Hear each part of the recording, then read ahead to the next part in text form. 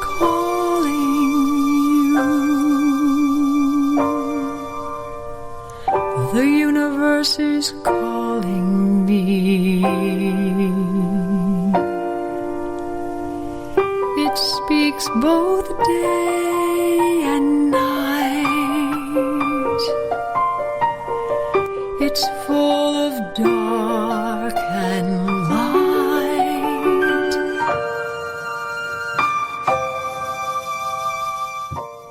Hey there, hello, and welcome to Sky Tour Radio here on KGRARadio.com, the best radio broadcasting company on the planet.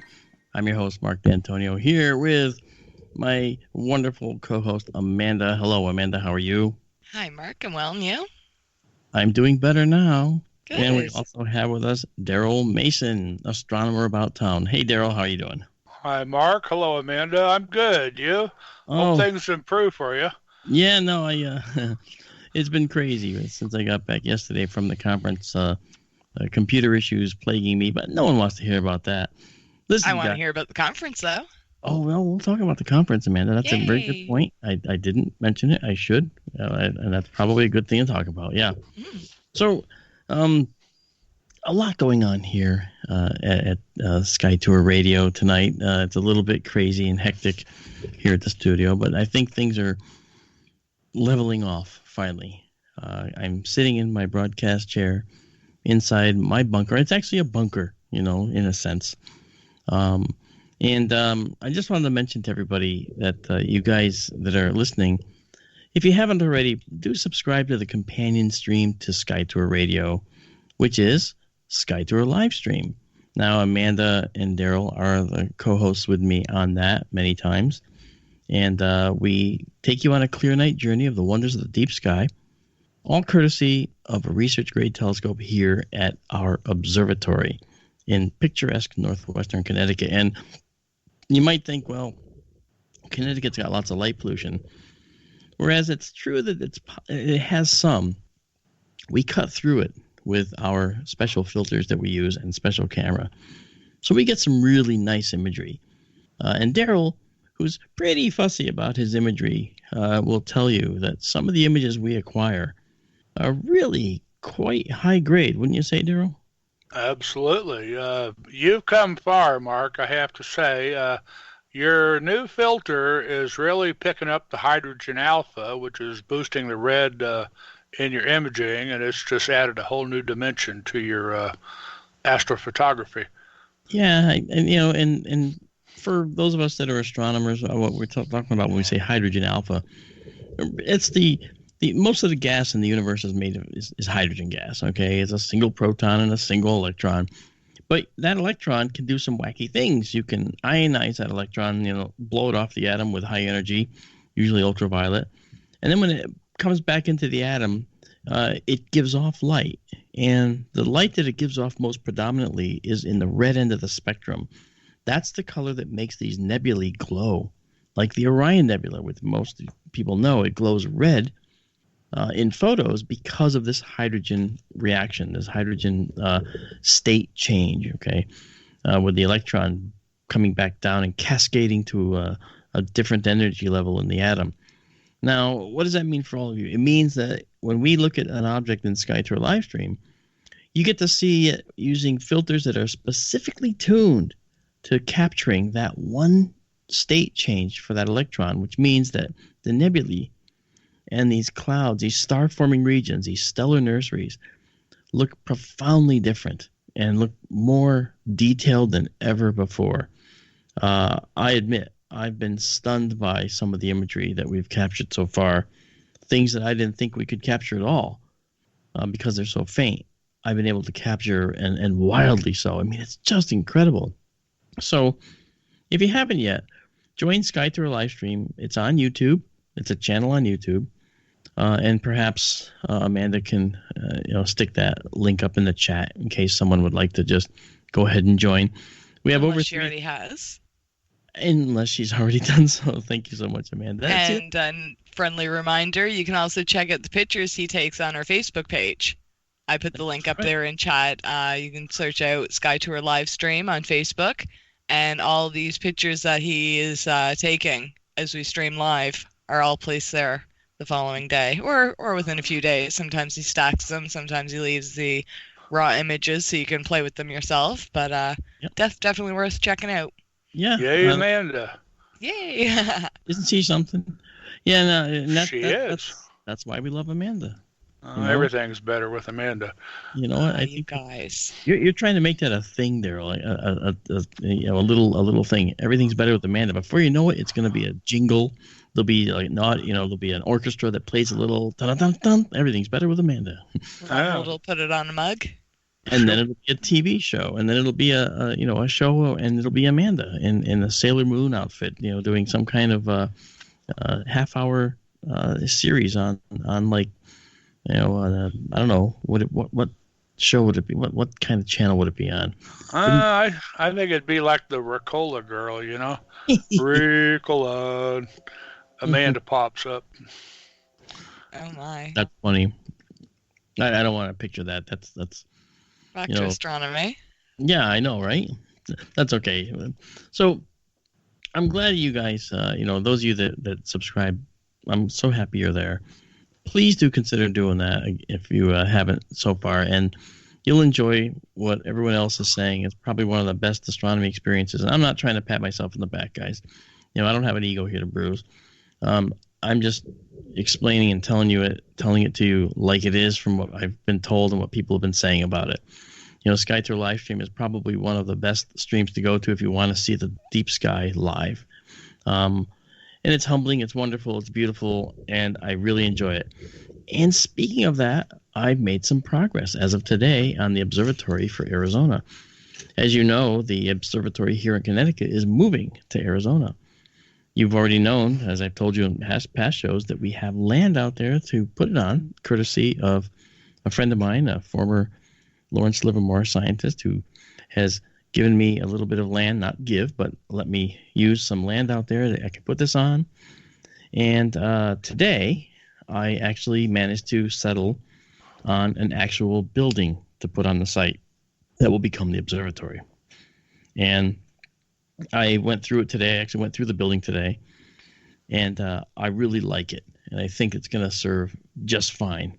And we're going to make it a roll-off roof observatory. So the entire roof, in other words, will roll right off the building, exposing the telescope, and we won't have to worry about rotating a dome or doing any kind of opening or closing of a shutter. All we have to do is open and close the top, and we're going to do that with a garage door opener. Because the roof is so light that we're going to be able to do that without any problem. In fact, the roof is lighter than some garage doors that this garage door opener can actually open and close. So that's what we're going to do, and it'll be wonderful. I haven't done any kind of Kickstarter or anything like that. I'm trying to see if I can do it without doing that. But I'll let you know if I do end up needing some help, and we'll see if that might be something that we'll do in the future. I don't think we have to at this time, but we'll see.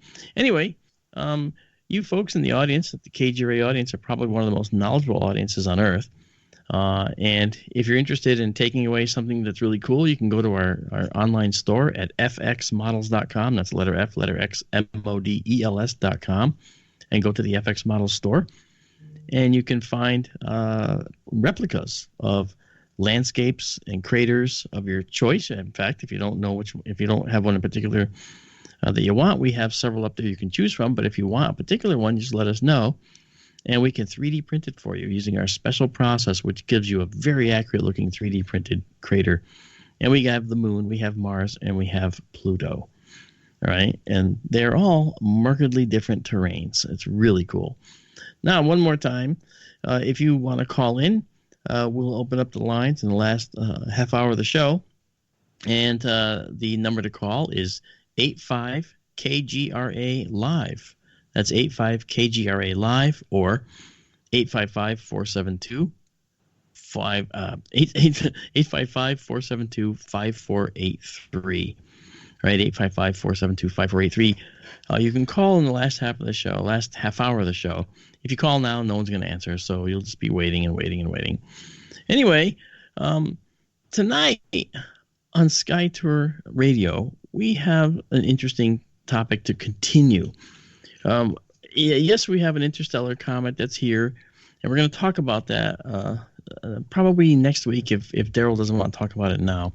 But because I didn't mention anything to him about what we're going to be talking about, so I wouldn't blame him if he had no idea what I wanted to go where I wanted to go with that. Trying to catch me with my pants down again, huh? Oop, not at all. I hope not. Yes. Not a pretty sight. Not at all.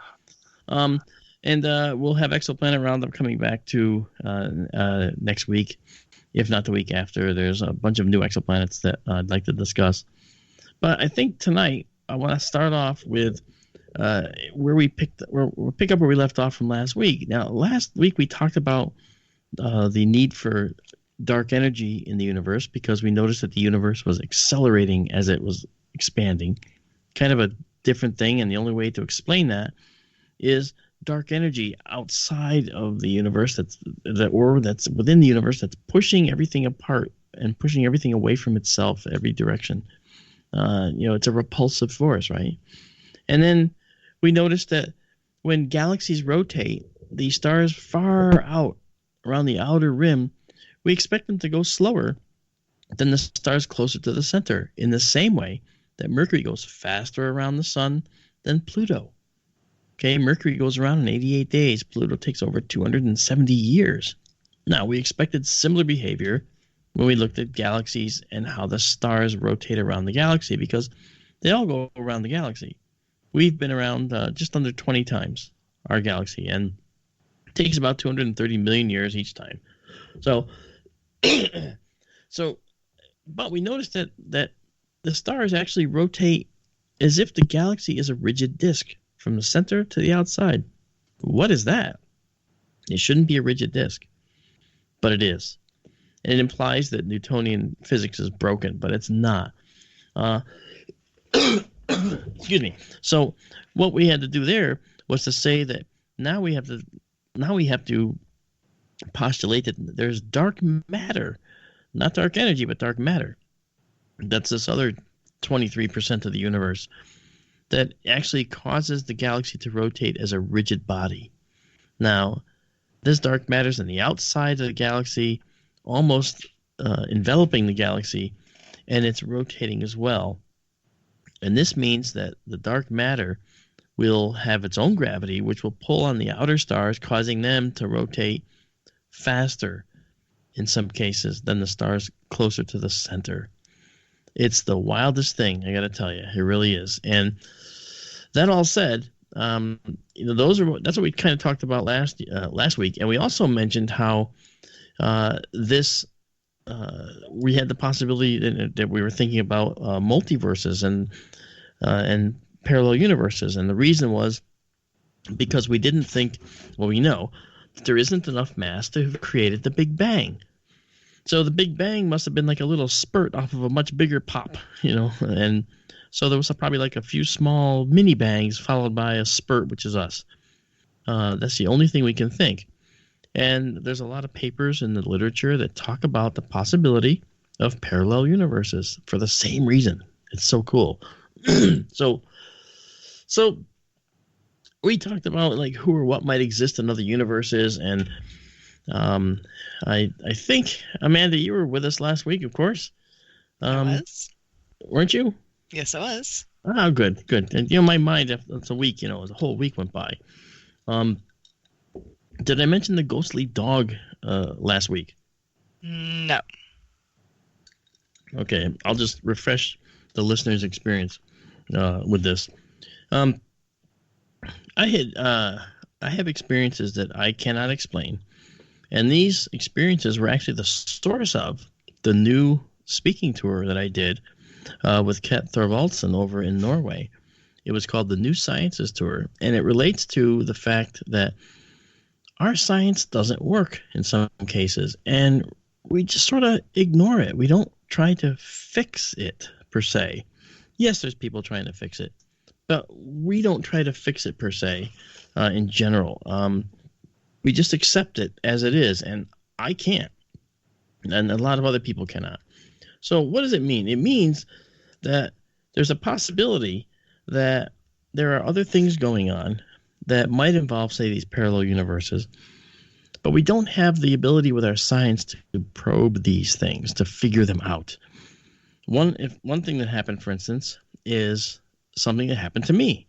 And if it happened to me just doing my thing in my shop, then it must be happening a lot of places to a lot of different people. Okay? I'm nobody special. So what happened was I was working in my shop and I saw this semi-transparent thing walk into my shop. It looked like a little Pekingese dog that was sort of bobbing on the ground. I couldn't really tell exactly what it was because I couldn't really see any detail on it. And then it sat down on my floor and it looked like it was licking itself or something. I couldn't tell what it was doing. And I was kind of perplexed by this. And I walked over to it and I looked at it for a while and noticed it was actually three-dimensional, which really threw me for a loop. And then I did something that I can't explain. This is the part that I cannot explain. Up to this point, I thought that the things that were happening in my vision were due to a surgery that I had had, and my brain was replaying things based on the fact that there was a surgical insult to part of my brain. And so I thought maybe my brain was replaying these things spontaneously, things I might have seen in the past. But when I stepped on this object, I stepped on it with my left foot. I stepped on this little thing that was moving on my floor. And it felt that I had stepped on it. And it got up and it started to move away. It sort of backed away and turned and tried to start not to run, but to walk fast away. Like it was startled and went, ooh, hey, what was that? And it walked away. Not like, I'm so scared. It was sort of like a casual retreat that it did. As it did that, I felt my left foot being pulled along with it. And I started to lean on my left foot as much as I could to make sure that it stayed on the ground, thinking to myself, what's going on here? What is going on here? And then it started to run. And when it ran, all of a sudden, my left foot flew out from under me like a shotgun. I mean, it was like, pow, went right out from under me. The next thing I see is the ceiling, my left foot in the air, and my right foot starting to come up. And I hit my shoulder on the right side on the workbench going down to the ground, and I hit my head on the floor. I got up in pain and really injured. My right shoulder, I had to go to the hospital for it because it was actually damaged. And I was elated because this is something cool. This was something neat. It was data for the science guy. Yeah, okay, it injured me, but so what? This was data. This was cool data. You know, and for those that heard the story before, this is the part you haven't heard. This data started to tell me that maybe I was seeing something a little bit different. I wasn't seeing something that was being replayed by my brain. I was seeing something that was a physiologically valid phenomenon. There was something there. I could not explain it. No science can, not at this point. Could it have been a parallel universe intersection where the parallel dog creature, whatever, was sitting on its floor, wherever it was, and I was intruding in its space, and it was intruding in mine, and we crossed paths. There was an intersection, and we actually noticed each other. And then when he ran away, he yanked my leg out from under me. Is that something that we might call rudimentary communication between universes? I mean, you see how deep this gets? May I ask a question? You may. Describe its appearance, please. Was it transparent, translucent? Was it glowing in the dark? No, it was. Did it look like a dog? Did it have fur? No, here's what it looked like. It was semi-transparent, meaning it looked like water without the specular reflection, without the shine. It was like water. So imagine a shadow, okay, that was had solidity to it. And the only reason I thought it was a dog was because when it came in, it wasn't moving slow. It was moving like a one of those little tiny yap yap yap dogs moves. It was kind of doink doink doink doink doink, came in kind of prancing in like these little dogs will do sometimes. That's how it came in. That's the only reason I thought it was a dog, because cats don't walk like that, and no other animal really does. It's one of these little tiny Pekingese type dogs, and its extent, what I could see, was fairly large, like a Pekingese that had a lot of fur, like all puffy. I couldn't see fur. I just saw a three-dimensional shadow, so to speak. And when I looked at it and looked down at it, I kept moving my head to the left, to the right, and I could see kind of around it. And I could see three-dimensionality behind it. And I'm thinking, wow, my brain is an amazing thing. Because remember, up to this point, I thought this was just an artifact of a brain surgery that I had, where these objects were something I had seen in the past, and my brain was replaying them. That's kind of what I thought. And so up to that point, I didn't have any reason to doubt that.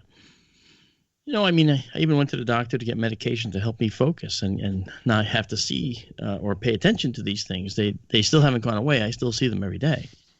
But it's crazy. And so this creature looked like water without the shiny part, without the shiny bits. Okay. All right. I say water and not a shadow because a shadow implies smoky. This wasn't. This had a surface to it, but it was sort of undulating, but not water. Really hard to talk about. Daryl, I don't know. I can't tell you what it really was. I just know that it upended me. And some people might say, "Oh, it was a ghost. It was a ghost." Well, what if ghosts are actually parallel universe intersections? In many cases. I've heard that before. Yeah. Or in some cases. Yeah, I know I've said it in the past. Yeah, but what if that's the case? I'm thinking that this is all science. It's just science we can't figure out yet. Science we don't know. What do you think? Edie Brickell did a great song a long time ago called Ghost of a Dog. I don't know what to think. I related a personal incident or two to you, which I don't really want to talk about right now. But there's things out there we can't explain. That's right. I think someday these things we can't explain, again, these will be scientific fact someday. We'll be able to figure them out in science. Oh, well, that happens to be one of these phase dimensionalized creatures that we see occasionally when we initiate the parallel universe bridge. We'll know there'll be some science to it down the line, maybe. Hopefully. Yeah. Well, I think so, because we're moving in that direction. We're trying to figure out the universe. I've said this many times. We're a civilization that's only 5,000 or so years into its written history. If you go back to the Sumeria, and really the tablet language, the cuneiform language. So in that time, we already see ways to violate the speed limit barrier in the universe, which is the speed of light. That's the fastest known speed that we have, right? So we know ways now to defeat that by actually warping around it, basically. So if you had a piece of paper and that paper, you went from one corner to one corner, that distance would be, let's say 11 inches, just over 11 inches. Okay, 11.3 inches or whatever. But if you folded the paper and you go corner to corner now, that distance is now going to be, say, 0.0001 inches. You could actually make it a tiny little gap. Okay, what's the fastest way to go corner to corner? Well, fold the paper up, right? So if we can fold space up, then we should be able to cross that gap very, very quickly. And that is the fundamental nature of what's called the Alcubierre drive. And the safest variation of the Alcubierre drive is one called the Froning, F-R-O-N-I-N-G, Froning Alcubierre drive. And that's one where we literally have what amounts to Star Trek shields, basically, on our warp drive, which is kind of cool. And these would actually it would obviate the problems of collecting bugs on our windshield as we fly across this gap, because when we stop the ship, these bugs would all come off the windshield, so to speak, and they would be very, very high energy. They would very much cause issues, such as perhaps blowing up the very civilization that we're finding at another solar system. So in a sense, it could be the ultimate weapon. So we want to really be careful here, don't we? So we have to do this with caution. But we already see ways to do this, you see? And I think that's pretty cool. And now when we get back, actually, we're going to take another visit. We're going to talk about not just ghostly dogs and parallel universes. We're actually going to go to a different discussion. We're going to talk about things that people have experienced. All right? This is sort of like the subjective human experience with unidentified flying objects.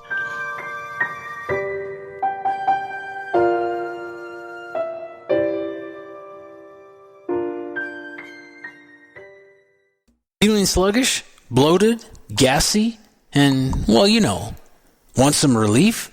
Try Life Change Tea at GetTheTea.com. Our unique blend of all natural herbs go to work on your digestive tract, giving you So before you try our super strength formula. It does a great job removing intruders that jack you up. Thousands of people use Life Change Tea every month, so try it because you're gonna love the way you feel. And here's a little pick-me-up.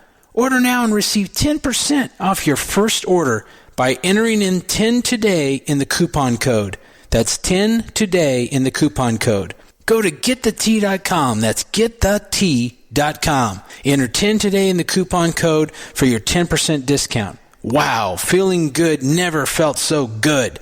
Get some tea love at getthetea.com. Changing America one tea bag at a time. I'm getting older and noticing that my body just doesn't work as well as it used to. So I like to try to keep fit as possible by hitting the gym a few times a week. And recently I started having a nagging bicep pain and I couldn't lift weights. When I was complaining about it to a friend of mine, he told me about Angioprim. He said chelation helps remove toxins, heavy metals, and cholesterol in the veins and arteries that may cause blockages. After 1 week of taking Angioprim, the pain was gone, and I'm back in the gym full strength. Find out more. Go to angioprim.com, ANGIOPRIM.com. Scientific research proves the active ingredient in Angioprim helps promote cardiovascular health. Talk to a trained consultant, or you can call Angioprim toll-free at 877-882-8221. That's 877-882-7221. This statement has not been evaluated by the Food and Drug Administration. This product is not intended to diagnose, treat, cure, or prevent any disease. OMG!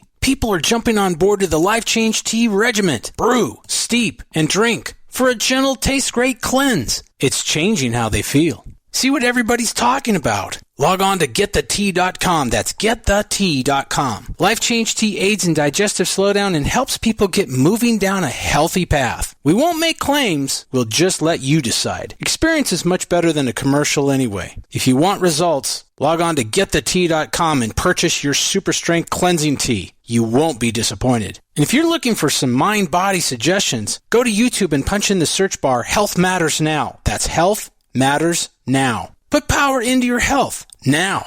So, getthetea.com. That's getthetea.com for super strength tea. And YouTube, Health Matters Now. That's Health Matters Now for valuable suggestions. Getthetea.com. The tea that makes you go. Mainstream media's most wanted. KGRAradio.com.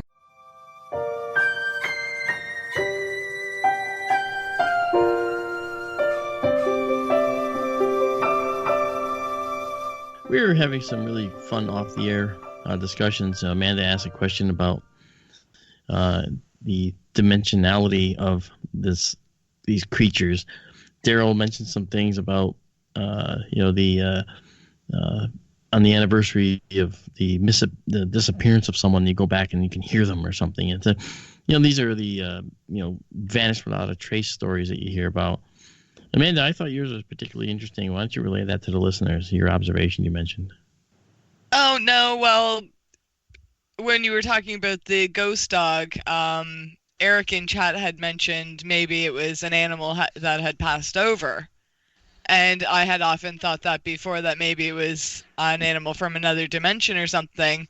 And I don't know why, but then I was thinking of spontaneous human combustion.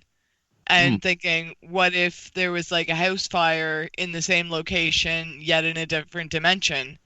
And that might have, the overlap in wavelengths or whatever might have an effect on a person where we think it's out of the blue, but really it's something that makes sense somewhere else. Yeah, but as Daryl pointed out, it's more internal rather than external. So who knows? But it's just interesting to think about. But we don't know how the interaction goes if there is a parallel universe intersection. We don't know whether it is something integral and visceral, something that we are tied to inexorably so that it would influence us from the inside out. So it still could be correct. Still could be correct. I did want to, we can touch upon that some more, but I did want to mention how, we hear about UFO sightings and we hear about UFO crashes and so forth. Abductions, missing time, implants, encounters with extraterrestrial beings. And we hear a lot about these things. And what I wanted to do was I wanted to kind of take you through a little bit of a history, a little historical background and some of the things that we've seen. Not Roswell. Everybody's talked about Roswell. I'm going to talk about something very different. Okay? For instance, throughout history, we hear these reports from everywhere, from, quote, every town, unquote, USA, practically. All right? So I picked a town at random, okay? And I said, okay, let me pick a town and let's just go check out its history and see if there's anything that has to do with UFOs. So randomly, I picked Claremont, California. Population 36,000. Now, it's similar to other moderately sized towns in the USA. And wouldn't you know it, there was a UFO incident in Claremont where this one guy actually saw what could have been 3 occupants from a spacecraft that was in the sky he was looking at. And they approached him, and they looked like 3 little blonde kids. Now, he had never seen them before. They looked odd. They spoke odd. And they asked him what he thought about the UFO that was in the sky over them all. And he was trying to answer, and they said, you don't have to fear it. They're harmless. See? So this is all folklore. It comes from Claremont, California, this particular case. But all I did was pick a random town, and I looked it up. And you see, there's probably hundreds of thousands of such cases throughout the United States. Can you imagine if someone actually journaled all of these and took all of them down and actually made a compendium of them all? Man, I mean, certainly most would be misidentified things, perhaps. But some of them would point out some very real data that might be useful in trying to help us figure out the new science that we're trying to find here, right? Comments? You guys have any comments about that? If you do in the chat, let us know. Daryl and Amanda, you're invited to comment too. Mm-hmm. I don't know what to say. All right. It's oh God, where to start? I don't want to rain on anyone's parade. Science, in quotes, says there has been no concrete evidence of UFOs. That's right. Yes. And I also subscribe to the fact that until we have some evidence, we can't say that it exists for certain. But I do have a habit of stepping off the curb, don't I? And sometimes there's a bus hurtling right at me, but I still step off the curb because I think it's important to offer up speculation. And I don't live in a closed bubble, I don't think. I want to try and stay open a little bit.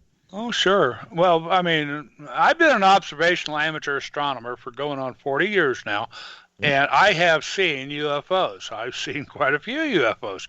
I'm not saying I saw flying saucers. I'm saying I saw things that I couldn't explain. By definition, we've all seen those. Yep.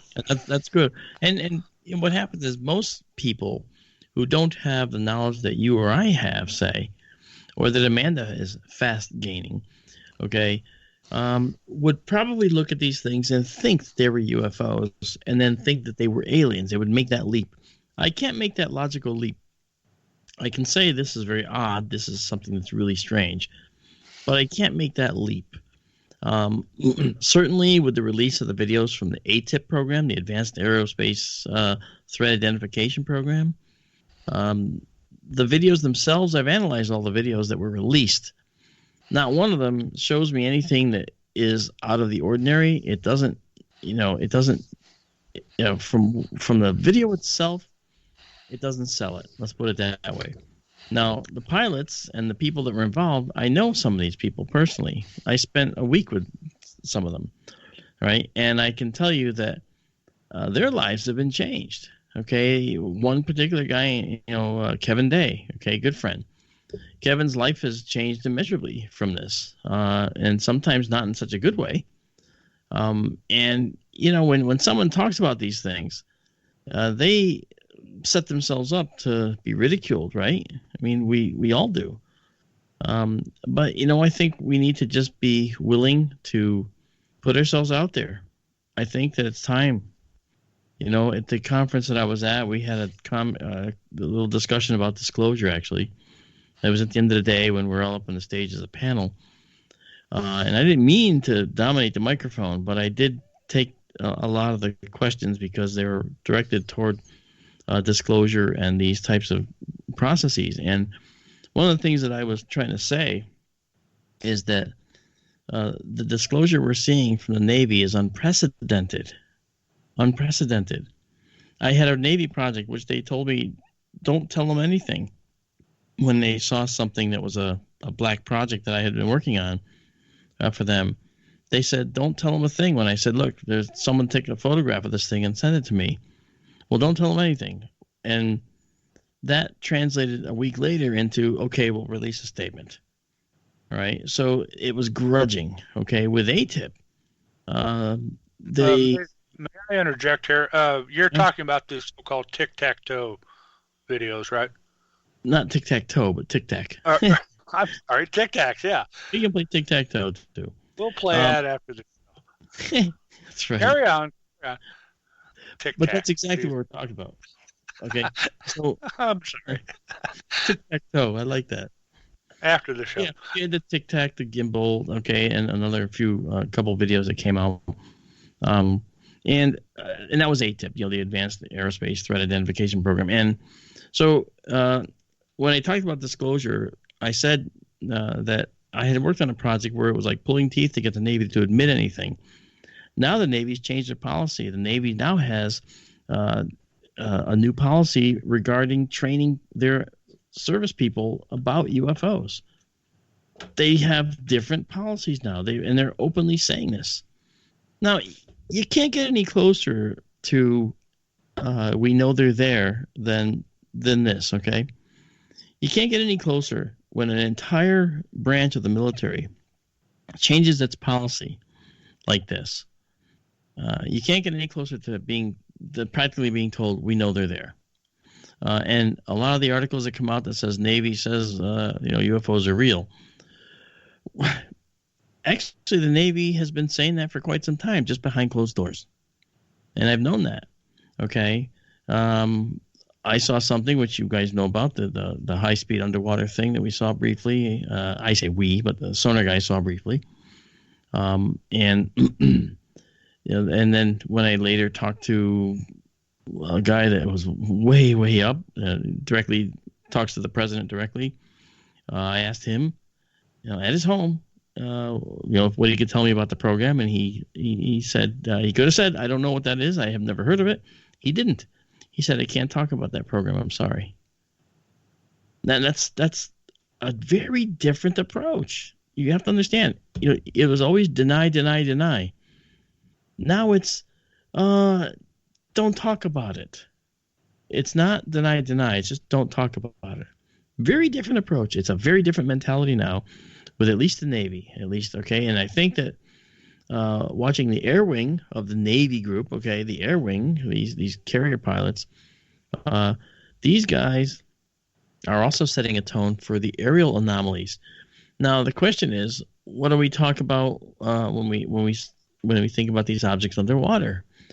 All right.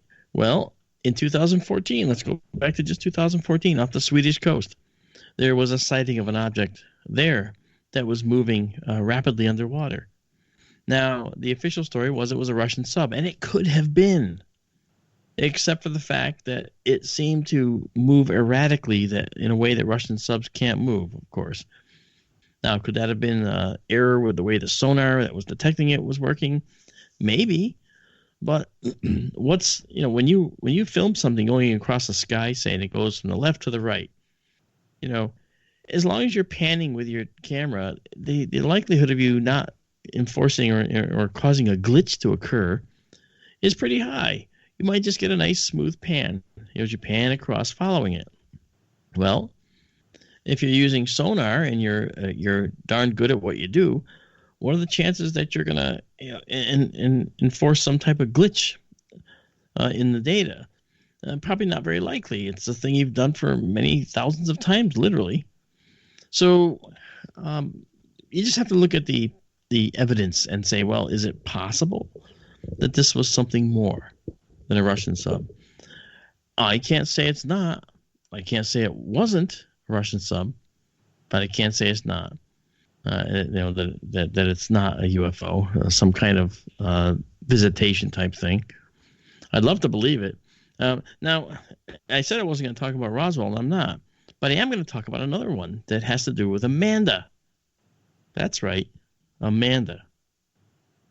And she's there. I know she is. I'm here. I just don't know what to say about that. I was born and raised in Toronto, for the record. Yes. But, yeah, I guess technically since I'm in Nova Scotia, yes, it's a Canadian story. Yes, I know where you're going. No, I have not been there.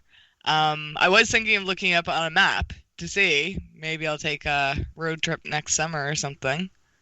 Yeah, I mean, and there's actually a little, I don't know if it's a museum there. Now, what are we talking about, folks? We're talking about Shag Harbor. Now, the Shag Harbor incident occurred on October 4th, 1967. Now, that was 2 days ago in 1967.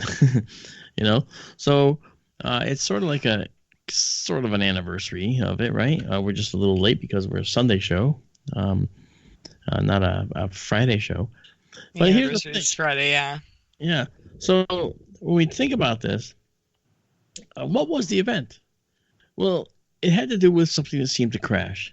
And there's a whole lot of reasons why you might think that it could be any of these things I'll mention. But there are extenuating circumstances. There are things that happened which indicate that it wasn't just a straightforward crash of something and or a meteor or something like that. So let's go back to the event. All right. This around 7 o'clock in the evening on October 4th, there was a commercial Air Canada flight, number 305, actually, commercial flight 305. And the pilot was looking straight ahead, but the co-pilot looked out the window, and he saw something off the left side of the plane, and he called the pilot's attention to it and said, "Sir, look at that. What is that?" And so that was the first sighting of a strange phenomenon before the actual incident that became the Shag Harbor incident. Right, so that night, okay, and so also on the ground, a guy whose name is Daryl, okay, Daryl Dory, and his sister Annette, and their mom were sitting on their porch in Mahone Bay, and they noticed a large yellow object moving above the southwestern horizon. Now, they wrote a letter to the Royal Canadian Air Force Greenwood base asking if there were aircraft in the sky or whatever, because they had never seen anything like this, okay? Now, that was a letter, so it was moving at the speed of slow. So obviously we don't have that response yet, right? Meanwhile, at sea, the MV Nickerson, the ship captained by Leo Mersey, okay, saw 4 stationary blips on his radar at the 28-kilometer ring. Okay, stationary blips, 4. Looking out the window, he saw them visually. He picked them up, and he saw them visually. Now, if that wasn't enough, the Halifax, back at Halifax in the harbor, the Chronicle Herald plus local radio stations fielded many, many calls from residents saying there were strange objects flying around Halifax around 10 p.m. that night. Then, at 11:20 p.m., reports from at least 11 different people coming in rapid fire said something just crashed in the harbor. 5 separate people said an object descended into the harbor and was seen floating in the water about 250 to 300 meters offshore. That's 900, almost like just around 820 to 980 feet. Now, they said it was low flying and brightly lit before it crashed into the water. They assumed It was a small aircraft. So the question was it a crashed aircraft? Well, the Royal Canadian Mounted Police arrived and saw it on the water, floating. But while waiting for the Rescue Coordination Center, known as the RCC, the object sank from view below the surface. Now, a rescue effort was mobilized within a half hour because people are thinking, hey, somebody's hurt. We got to get them out. And they went to that location on the water where several people from 7 different locations, saw this object sitting on the water. And by this point, they were starting to call around to find out if there were any aircraft missing, and they didn't have the answer yet. But they searched in the water. They brought fishing boats and anything they could get out to the site where this thing went down. And they were trying to find anything. An extensive search and rescue effort was launched and undertaken, but no debris nor survivors were ever found. Now, the next day, they got the information that there were no aircraft missing, all present and accounted for. So they didn't know what this was, yet they still, and they labeled it actually a UFO sighting, but they still mobilized the dive teams. And they assembled those the next day, and they dove on the site where it went down, and they never found the thing to this day. So, what do you do? What do you say? If it wasn't an aircraft, maybe it was a meteor, and this was all some type of hype. Well, how do you explain that 5 people saw this thing floating on the water, and Royal Canadian Mounties saw this thing floating on the water? And before they could actually mobilize the rescue crew, they watched it sink out of sight. Now, if something's 2 miles off at sea, you'll make a mistake visually for sure. But if it's less than 1,000 feet away or about 1,000 feet away, 1,000 feet is not far. So you'd notice if something was on the water 1,000 feet out. You'd see a boat 1,000 feet away. But this object was sitting on the shore. I'm sorry, sitting on the water, and it sank as seen from the shore. And that's pretty important. I think that this case is actually pretty important. In Shag Harbor, I'd love to check that area out. Like, if I wanted to go scuba diving out there, would I be allowed to? I mean, I'm sure it's been done, but I have no idea. I don't think there's a problem. You just have to find the location. Here's what I think. I think that what they discovered could have been potentially a ship. Maybe let's fantasize for a minute.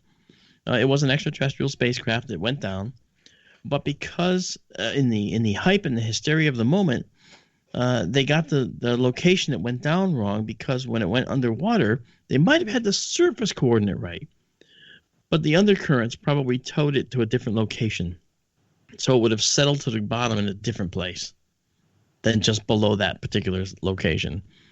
And if it was and they said it was a kind of a saucer-shaped object, so it would have tended to glide and plane away. And so it might have actually drifted hundreds of feet away, or several hundred, 100 meters or more away, because it was drifting toward the bottom. And it might have gone slowly because we don't know the weight. So how fast was it sinking? And if it planed away, it could have been planing away for minutes or an hour or more before it finally settled to a bottom. So, yes, I think you should go there and scuba dive, and let us know next week, will you? Okay, maybe not. Don't go by yourself. Yeah. no. Cool. Yeah.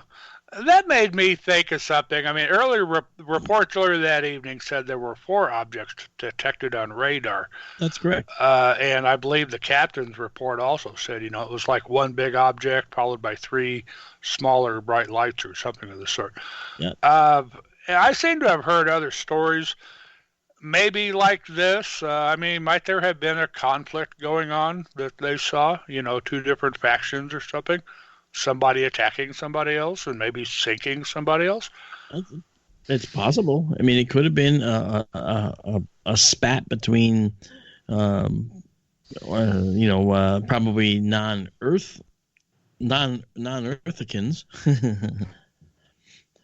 It's probably it could have been. I'm not saying it was, of course, But you know what? It's interesting, right? Because maybe it was some kind of a lover's quarrel between two extraterrestrial factions. Wouldn't that be something? But Like Pleiadians versus lizard people or something. yeah. I mean, and we laugh about it, but it's any theory is as good as any other, isn't it? Now, the other thing is, for a long time, I thought maybe Shag Harbor was a conflated sighting of an Earth-grazing meteorite. Now, that's possible, actually. Now, what are Earth grazers? Earth grazers are meteorites that come in at such a low angle that they can be seen for up to, say, a minute or so. They cross the sky, they leave a big smoke trail, and then they continue on because they don't actually come down. But because they're going horizon to horizon, when they reach the opposite horizon from where you're watching it, in its final terminal phase for your view angle, it'll look like it's going down. So it might look like it's actually crashing, okay?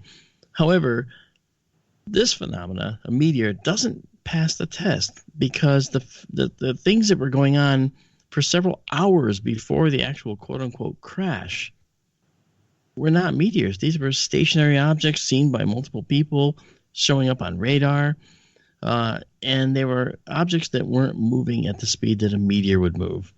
And meteors, like I said, momentary to 30 seconds or so, maybe a minute max. A minute's even too long, 45 seconds. So what's left, folks? If you have any idea, let us know at SkyTourRadio@kgraradio.com. We'll be happy to field your question. Actually, at the last half of the show, the last 30 minutes, if you want to ask a question about that, feel free to call us at the number which we gave before, 85-KGRA live, and we will be happy to answer that question. Amanda, do we have any people that are interested in asking any questions so far? We do. I'm not sure if it fits into what we're discussing at the moment, but we do have a question that I think you might be able to tell us a little bit about. Okay. Jacob wants to know about where MUFON gets its funding and was hoping we could talk about maybe the history and story of MUFON for a little bit, kind of give him a background. He's a newer listener and is very welcome to be here, coming with great questions right off the bat, so we love it. Yeah, thank you, Jacob. That's a wonderful question. MUFON, of course, stands for the Mutual UFO Network, but before that, it was the Midwest UFO Network. I actually joined MUFON in 1971, 2 years after it was founded. I was 11 years old at the time, and I prided myself on getting the monthly stapled 8x10 pages that constituted the MUFON Journal at the time. It wasn't even that. It was just a sightings review or something like that. Saucer review type. I don't know. I forget the name. And I had my little ID card in my wallet, which said I was a MUFON field investigator. And it was even signed by Walter Andrus, who was the founder of the Midwest UFO Network, which came to be called MUFON, Mutual UFO Network. And that became my pride and joy. I had that card for many years, right up until a few years ago, in fact. And I dropped my wallet in the water, as a little side note.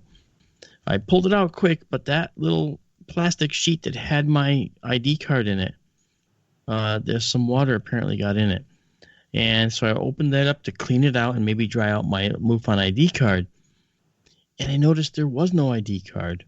All there was on the plastic was an imprint left by the paper from this card that was long since worn away and gone. So I actually, the ID card was no more. It only existed because of the plastic insert that captured the image of it, which is kind of cool. So where does MUFON get its funding? MUFON is funded by people like you who join MUFON. It's a subscription-based organization. It's not beholden to the U.S. government in any way. And MUFON is a wonderful organization. It has had its ups and downs, but we do have more field investigators in every state than any other UFO investigative organization. We have boot camps, one of which I will be teaching at in just a couple weeks out in Arizona again. And this is something we do for the field investigators. They come from all over the country to attend these boot camps where we train them in the use of things like Geiger counters and evidence collection and astronomy, basic astronomy, so they can understand what they're looking at in the night sky. It's basically like a little mini college class for the people that are the cream of the crop with MUFON, and those are the field investigators. We love them all. They are fantastic people. So MUFON is an organization that I think is worth joining. Jan Harzan is our international director. He's a good man. And for all the people that have bad things to say about MUFON, well, you know what? Any organization has its detractors. I stand by it, and I always have.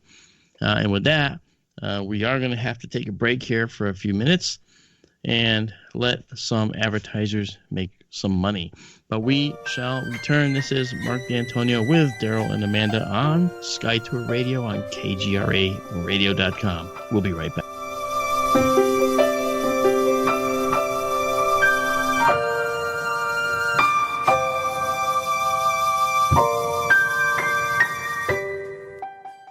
Feeling sluggish, bloated, gassy, and, well, you know, want some relief?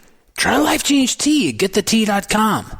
Our unique blend of all natural herbs go to work on your digestive tract, giving you So before you try our super strength formula. It does a great job removing intruders that jack you up.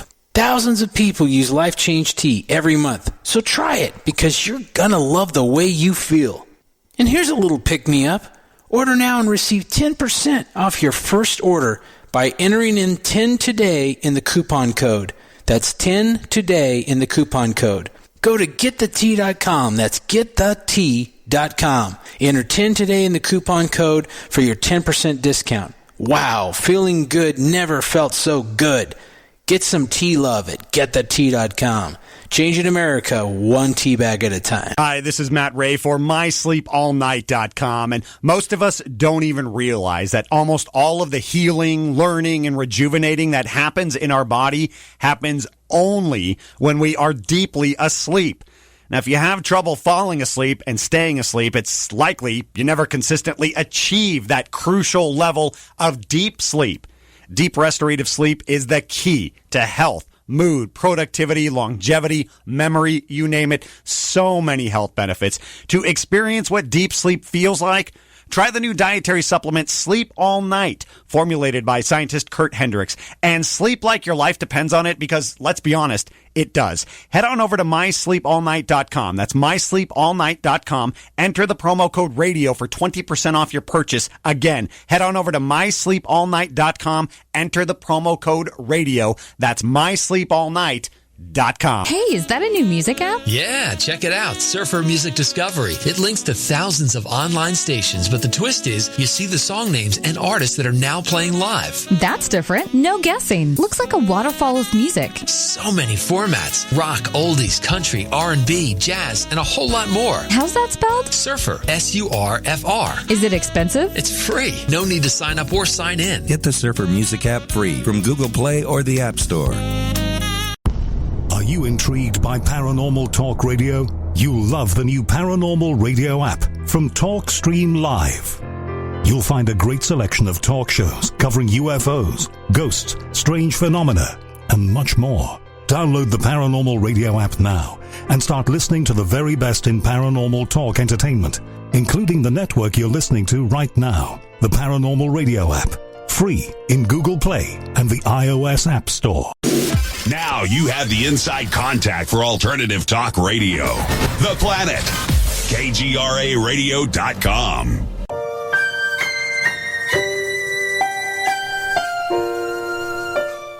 Hey, this is Mark D'Antonio with Sky Tour Radio once again with Daryl and Amanda. You know, we're having fun tonight talking about, we just talked about the Shag Harbor incident. And these are all based on the fact that we're talking about sightings and encounters, abductions, implants, and the like. In other words, the very subjective human experience that we see. And I think it's pretty cool, you know.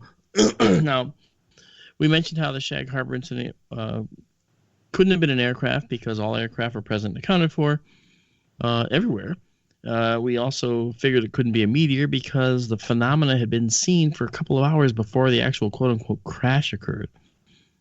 So what's really left? Is it a true unknown?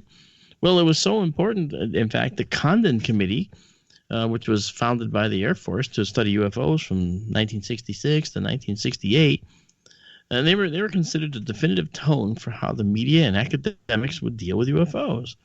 They examined all the Blue Book data. They examined all the NICAP data, and NICAP stands for National Investigations Committee on Aerial Phenomenon, and they inspected all the APRO data. That's APRO, the Aerial Phenomenon Research Organization, and the final report said the study of UFOs, and this is the thing that gets me, the study of UFOs would not lead to significant science discoveries. Can you believe that? Wow. That implies that they went into this thinking that this was just all in people's minds. If they thought for 1 minute that these were extraterrestrial craft, even possibly, then they would have not made that their final report, finding. Study of UFOs would not lead to significant scientific discoveries. Seriously? Who in their right mind would ever say that about a valid phenomenon? This says again to me that they didn't think it was a valid phenomenon. You know, I personally do think it's a valid phenomenon. I really do. Now, may I ask a question? I would wish you would. You talked about the Tic Tac incident. I call it the Tic Tac Toe incident. Great. The videos. You analyzed the video, correct? I analyzed several of the videos, yeah, and they analyzed that one in particular, yeah. Well, wasn't there an estimated size for those objects? Weren't they rather small? Well, the problem is that we're looking at, in the Tic Tac case, we're looking at infrared flaring too, because this was, we're seeing this through the Raytheon infrared pod. So the size of the object really wasn't, in my view, evident because of the fact that we didn't know what the gain was set on the pod. We didn't know whether we were seeing something that was bloated because of the gain being up high, or a hot source that was causing this. So I didn't really get that feeling that I was looking at something that was either small or large. I couldn't tell. The other thing is they said with the Tic Tac it shot off at a high speed. Well, the pilots said that, but the video that was presented to us, the video that we actually saw, doesn't show that. It shows the IR pod resetting its visual field, and when it reset its visual field, it means that it just recentered. And when it moves back to its center point, then that will give the illusion that the object in the field is racing out of the view, but in fact, it's just the pod realigning the camera. See, and you could see it doing that. So I'm just saying that whereas they're coming clean with some of this stuff, they're not releasing the information which the pilots actually seem to know. They're still keeping it pretty. They're still keeping it pretty much under wraps, but they're releasing more than they have ever been. I read some other reports recently of similar sorts of sightings, I think. There seemed to be some speculation that they were on the small side, and they might be, you might call them fast drone-like objects. Okay. It's possible. My personal feeling is that if I was an extraterrestrial species, I would actually probably use something that's very efficient to check us out. You know, I wouldn't use something that costs a lot of money, that was huge and ungainly. I want something I can actually hide. So, and if it's extraterrestrial at all, if it's not extraterrestrial, if it's ours, well, then we have to explain a lot of why we're playing cat and mouse with our own military, you know? Well, and Jacob brings up, could the Tic Tac have been either a meteor or just space debris? Well, great question. Meteors don't change direction. Yeah, and in this case, Jacob, in this case, Jacob, the answer is no. But that's a great question. Keep thinking. I mean, they were chasing something that wasn't racing away from them at a high speed. If it was a meteor, let's just take it as that. The meteor enters the atmosphere at tens of thousands of miles an hour, perhaps. And we have to keep in mind that if it does that, it's going to be glowing as it ablates or burns away. And it's only going to happen for a short amount of time. It's actually going to be remarkably brief. Most meteors are about a quarter second to a half a second. And if they last longer than that, then they'll generally put a smoke trail out behind them because they're burning away a lot more material than, meaning they're a little bit larger. Most meteors are also very small. They're the ones you see with your eye, which go whoop right through the sky. Those are about the size of a grain of sand, believe it or not. And that is tiny for something that's 90 miles up. Okay. But the energy that they give off is incredible because of the fact that they're moving so fast. They're hitting the atmosphere and it's like hitting a wall, So that's a good question, but unfortunately, in this case, no. The Tic Tac is likely an object that we don't understand. My first analysis didn't show that it was doing what they said it was doing. So the video they presented did not bear out what they said it did. So that's where my analysis went. And that's all I said. I didn't try to say what it was because I really couldn't tell what it was. But I do think that was something that they didn't understand. If it was, it would be something then that they would have just said, oh, yeah, that was another F-14 information with us. And we're just seeing its exhaust. But you would have also seen the plane, except for the fact that it was quite a distance away, actually. The Tic Tac was quite far away from the aircraft. So I'm not sure how far away it was. I'd have to go back and look. But, there's all kinds of ramifications for any of these assumptions, any of these findings. So I guess when we look, at what happens here on this planet, besides UFO sightings and encounters like that, we also have, abductions. People feel they've been abducted. And we, of course, the most famous abduction case probably is Barney and Betty Hill. And Kathy Martin is the niece of Betty Hill. And she knows the story intimately well, and talks about it around the country where she goes, and she's a very unassuming lady and a very, very kind woman. And so, she's just trying to get the word out. These things are happening. Travis Walton's another one. I know Travis very well. He's a good guy, good friend. And, this is a man whose story has not changed since it happened. He's telling you what happened. And when I was actually in Arizona, courtesy of Marianne, who was toting me around to different places, one of the places we stopped was at the phone booth where Travis had actually reappeared after he was gone for days. And it's actually a tourist trap now. And it's just, there's green aliens that somebody carved and put outside. In other words, they make it kind of like a joke. Don't tell Travis that. I mean, it wasn't a joke to Travis. It changed his life, It scared him half to death. So, I mean, that stuff, I'm telling you, this is stuff happening to us, these abductions. It's really happening. And some of you listening right now to this show, some of you listening to this show are also here because it's happened to you. You feel it's happened to you. Is it true that it did happen to you? I can't say. I don't know you.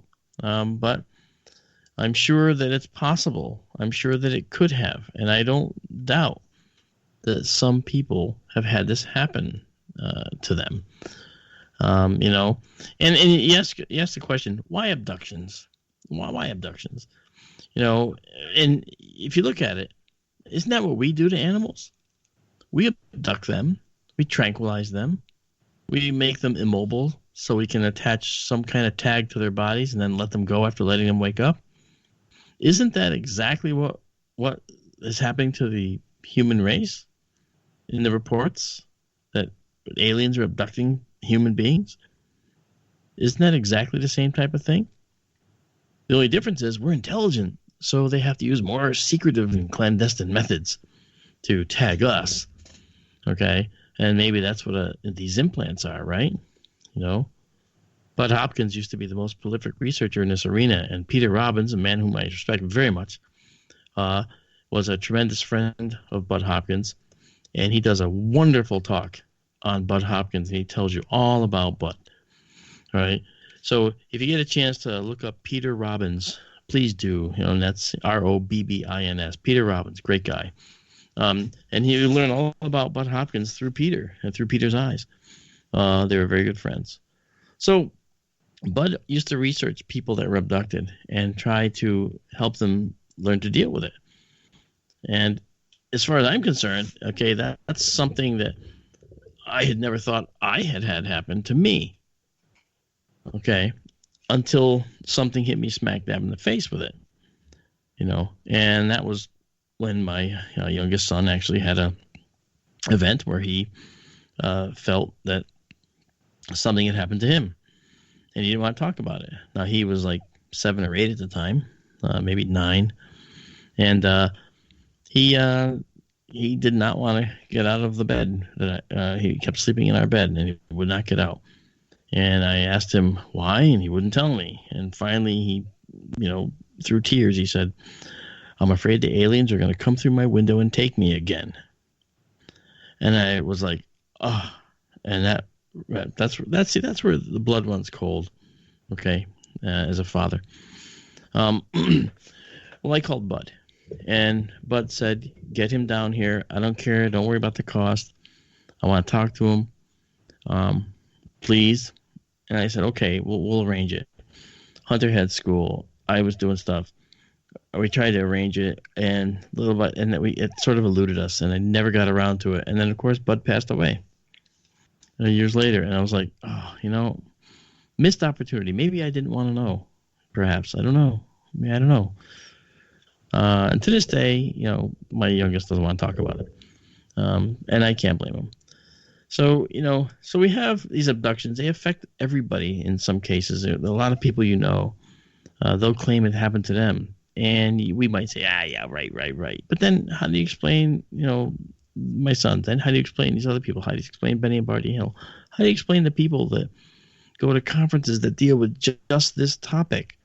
Is everyone there fooling themselves? Is everyone there lying? Is everyone there just telling jokes and fibs about this? I mean, I guess that's possible as humans. I just don't think it likely. I mean, if 1% are telling the truth, it's a real problem.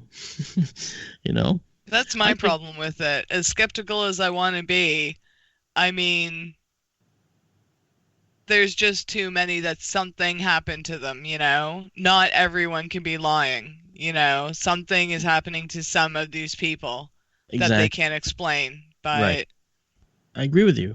You know, it's like what I talk about with quantum entanglement, right? I say, you know, how many people out there listening to this radio show right now have thought about a friend they haven't talked to in 20 years, and then that friend calls immediately on the phone and like, "Wow, I was just thinking of you, and you called. I must be psychic. I must be clairvoyant." See, that's the go-to right now. We don't know how to explain this. It's like and people say, "Ooh, eerie," "Ooh," you know, they make these little noises, "Ooh," you know, crazy. But in my view, I don't think it's crazy. I think it's science that we don't understand yet. I think it's the science of the brains that connect to each other. We're a living network of beings, I believe. I think that our brains can communicate with other people's brains. I think the cell phone is a primitive way to help supplement that. I really do. And I think that the quantum entanglement extends to how the human brains interact with each other. We're entangled with each other's brains. We just don't know it, and we prefer sometimes to be loners, and sometimes we prefer to be gregarious with our brains and reach out and talk to lots of people. Sometimes they get the message, sometimes they don't. I think they all get the message, but they choose to not respond sometimes because they don't recognize the message. See, we're evolving, and I think that in time, we may evolve away the need for a cell phone. We might just end up, being able to say, Daryl, Amanda, we're doing a show tonight. We'll see you at 8 o'clock, and you guys will respond, oh, yeah, no problem. And I wouldn't have had an email, wouldn't have had a messenger, a text or anything like that. It might just be through entanglement of the brains, So is that possible? I know that seems far out, but guess what? So did breaking the light speed barrier. We see how to do it. In fact, NASA's funding a lab to figure that out right now with EagleWorks Labs. Okay, they're looking at this Alcubierre drive, like I said, and it's funded. Why? Because it's possible now that we've gotten farther along in the tech. So that said, there's a lot of things that we do now that we don't have answers for. All right. There's a lot of things that we have had happen to us that we don't have answers for. Abductions, observations, okay? Missing time is another one, okay? Missing time. Many people report losing time. They'll be driving along and suddenly it's 2 hours beyond where they thought it was. Now, could they have just misplaced time because the human beings tend to zone out? Sure, maybe. But then again, because it's happened to so many tens of thousands of people, maybe even millions of people, are they all lying when they say that they're missing time now? I can't say that that's true. I can't say that without a doubt that everyone is just mistaken. I can't say that. There could be a medical reason too. Maybe someone's narcoleptic and don't know it, and their particular brand of narcolepsy doesn't allow them to remember what happened, or maybe they have blackouts.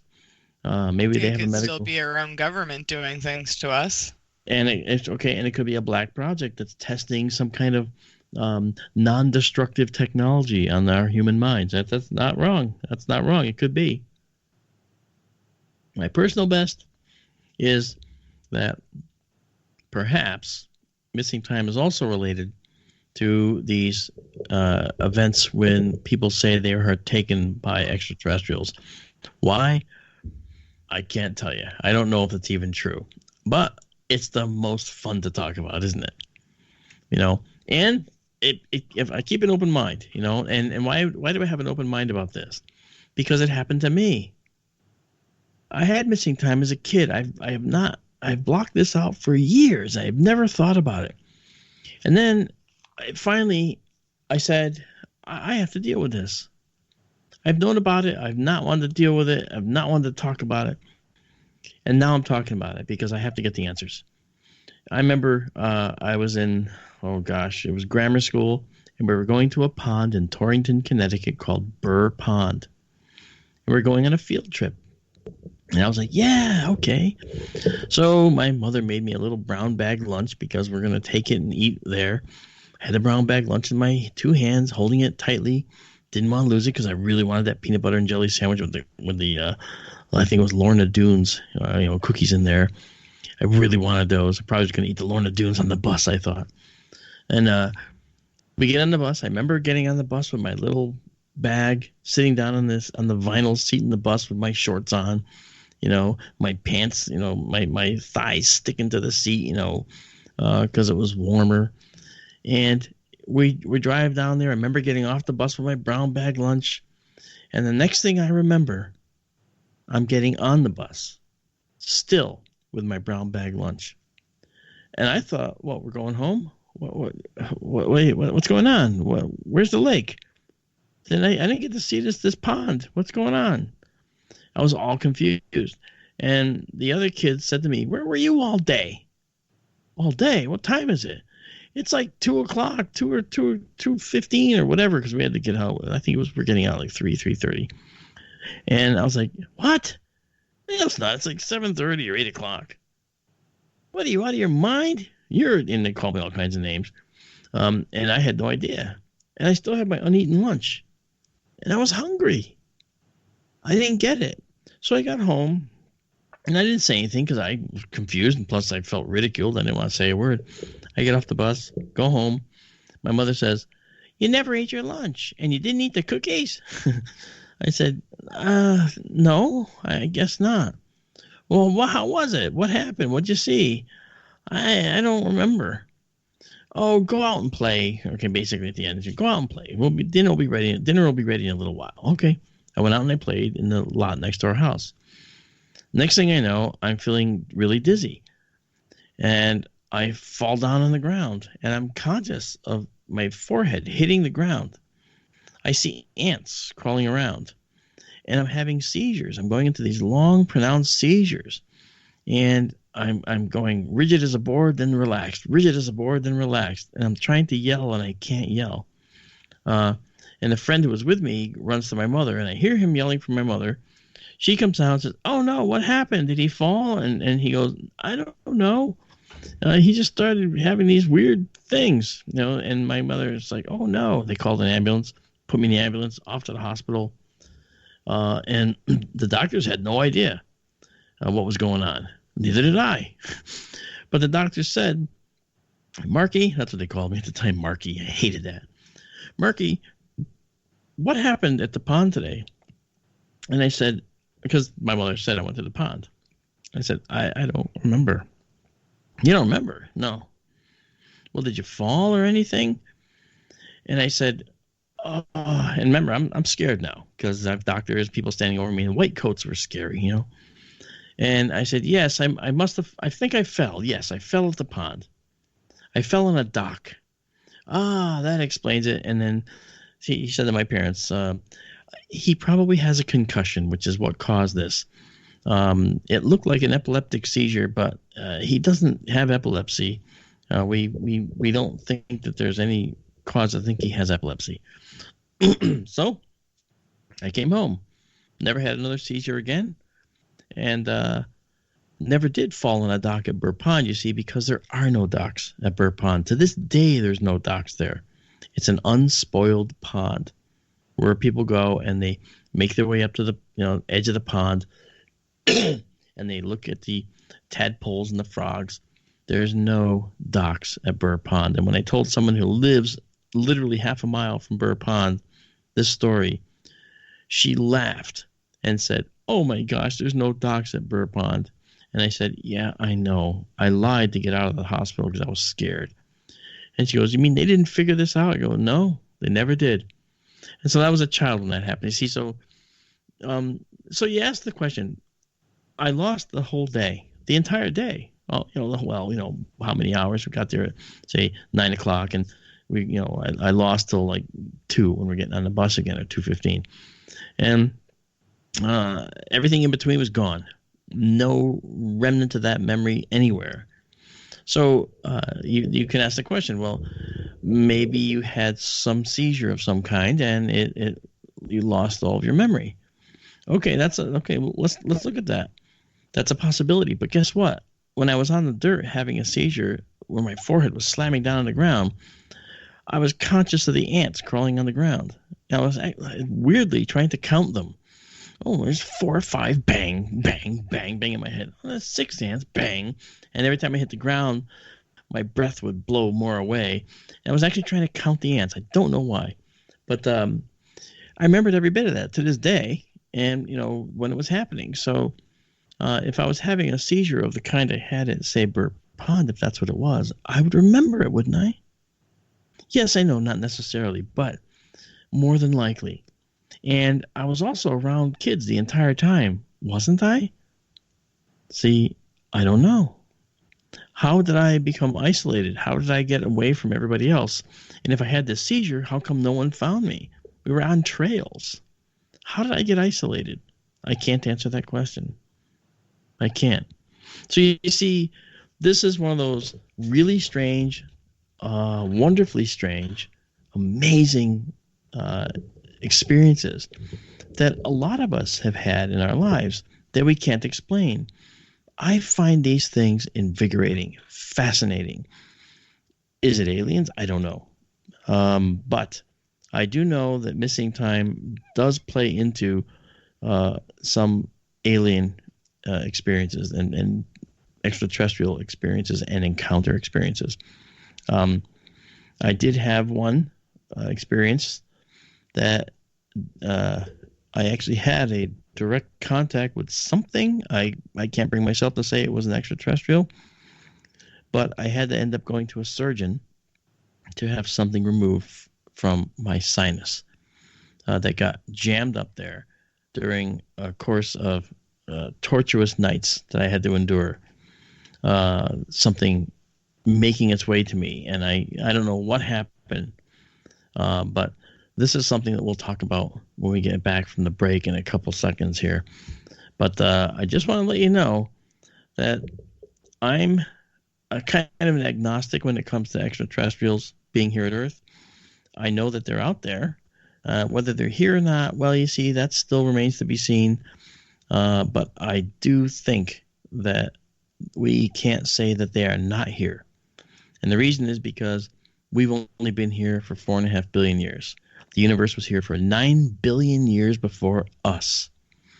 We could have been visited many times throughout the development of our planet by a superior species in the universe who may not even exist anymore for all we know. Or we could have been ushered through certain phases or certain parts of our existence and evolution, but we seem to have the connections to see where we came from. So the bottom line is we have an interesting history here on planet Earth, and maybe we have had some help, but I'm thinking that we've been on our own since the very beginning.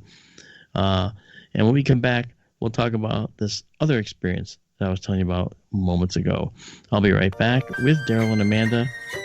This is Sky Tour Radio, and I'm Mark D'Antonio.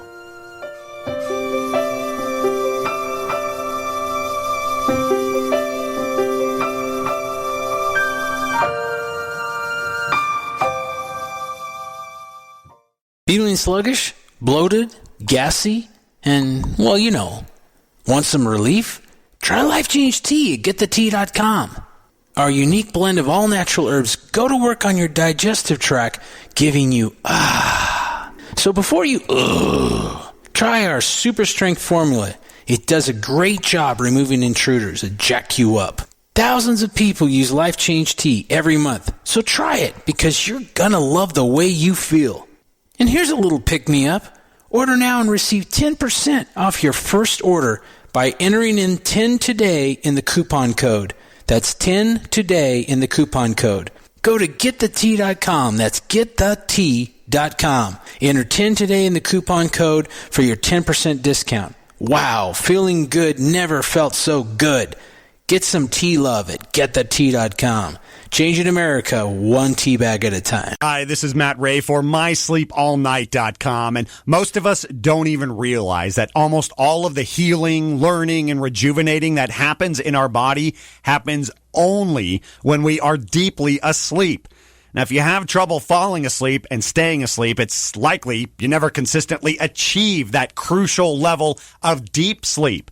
Deep restorative sleep is the key to health, mood, productivity, longevity, memory, you name it. So many health benefits. To experience what deep sleep feels like, try the new dietary supplement Sleep All Night, formulated by scientist Kurt Hendricks. And sleep like your life depends on it because, let's be honest, it does. Head on over to MySleepAllNight.com. That's MySleepAllNight.com. Enter the promo code RADIO for 20% off your purchase. Again, head on over to MySleepAllNight.com. Enter the promo code RADIO. That's MySleepAllNight.com. So, you love talk radio? Then you'll love TalkStreamLive.com. TalkStream Live is always on, 24/7 with the best streaming talk shows. Find your favorite talkers and discover some new ones. It's free, readily available online or on mobile with any smartphone or tablet. Finding your favorite talk shows all in one place has gotten a whole lot easier. Just go to TalkStreamLive.com. Be sure to download the free apps from Google Play or the iTunes App Store. Are you intrigued by Paranormal Talk Radio? You'll love the new Paranormal Radio app from TalkStream Live. You'll find a great selection of talk shows covering UFOs, ghosts, strange phenomena, and much more. Download the Paranormal Radio app now and start listening to the very best in paranormal talk entertainment, including the network you're listening to right now, the Paranormal Radio app. free in Google Play and the iOS App Store. Hey everyone, this is Nick Redfern, and you're listening to Sky Tour Radio with Mark D'Antonio on the KGRA network, and so are the Men in Black. You listen to us, and we listen to you. And so does the CIA. KGRARadio.com.